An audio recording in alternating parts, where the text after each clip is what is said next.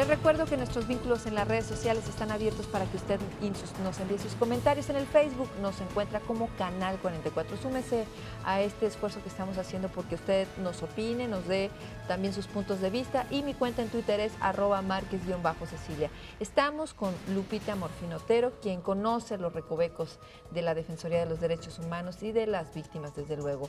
Nuestro tema de hoy es ese precisamente. Tengo aquí ya comentarios en el Twitter.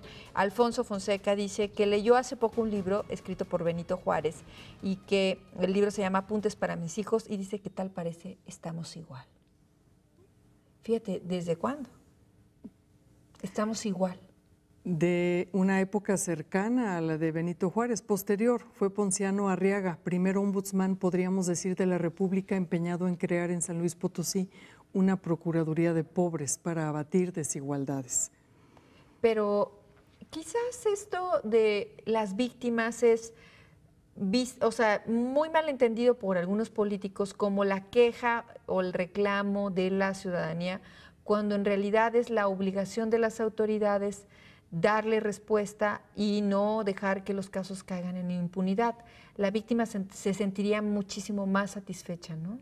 Decía Jan Patočka, filósofo checo que murió a consecuencias de la tortura por promover derechos humanos en su país, la Carta 77, que pertenece a la comunidad de derechos humanos quien se ha conmovido con el dolor de otros, quien ha logrado ponerse en los zapatos de otros. Creo que esa sería una prueba indispensable para ser Ministerio Público y para ser también policía en este país. Ser capaz de empatizar con el dolor ajeno y de actuar en consecuencia, de entender que esta persona que viene con dolor trae también rabia, trae también desesperación, trae a veces impotencia. Quien no conecta con su impotencia puede resolver con prepotencia sus problemas. Entonces se trata de ir logrando crear una comunidad de seres solidarios en las instituciones públicas, en los vecindarios, en los ayuntamientos, en todos los ámbitos de gobierno, porque lo que nos espera no es fácil. En Twitter ha circulado por parte de un periodismo virtual como es Animal Político, claro, que hay ya expertos internacionales que dicen que 2 ciudades de la República que van a ser futuros escenarios de combates entre cárteles de Zetas y Chapos son Veracruz y Guadalajara.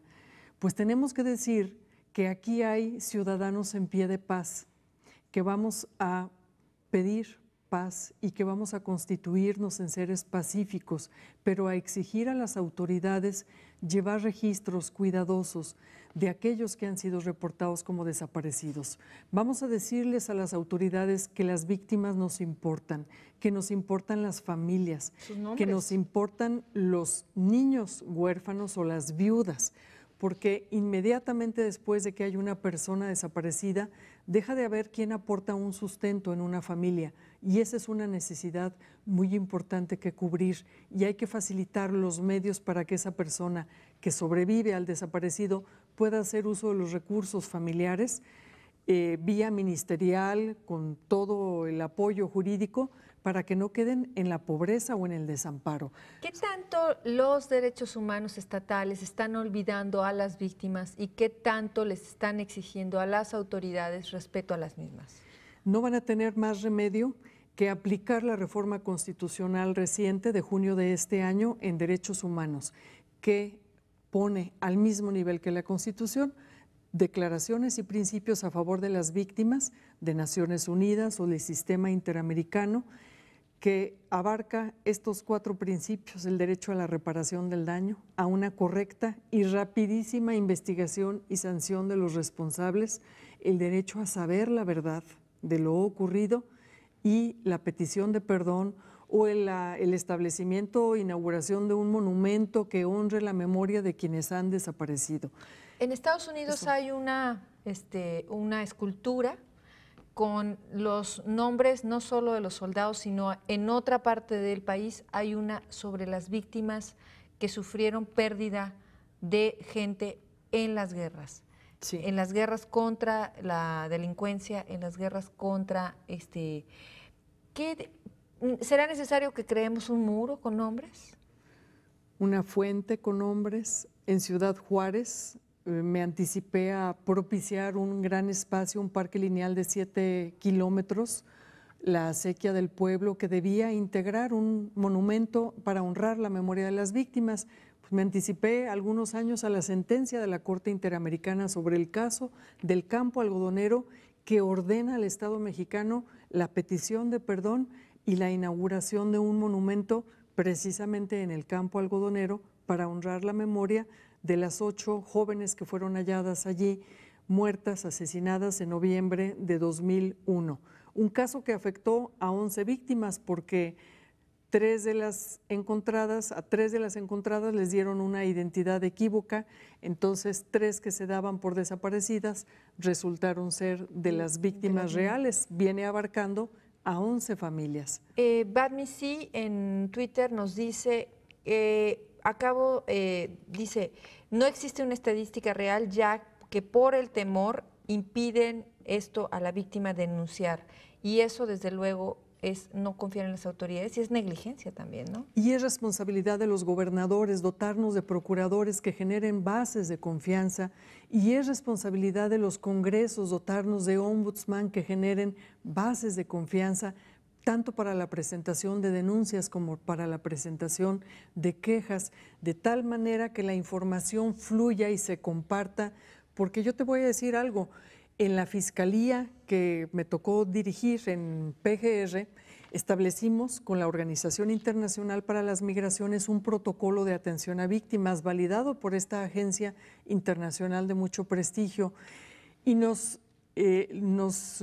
centramos en un dato esencial.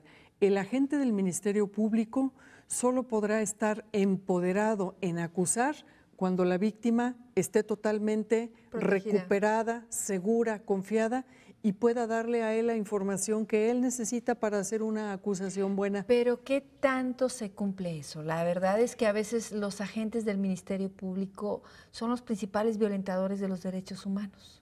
Allá sí se cumple, en esa fiscalía de la PGR, que debe ser tomada como un modelo a seguir dentro de la institución federal y de las instituciones locales de justicia. ¿Nos falta mucho camino? Falta mucho camino, pero el dolor no puede ser en vano, ¿eh?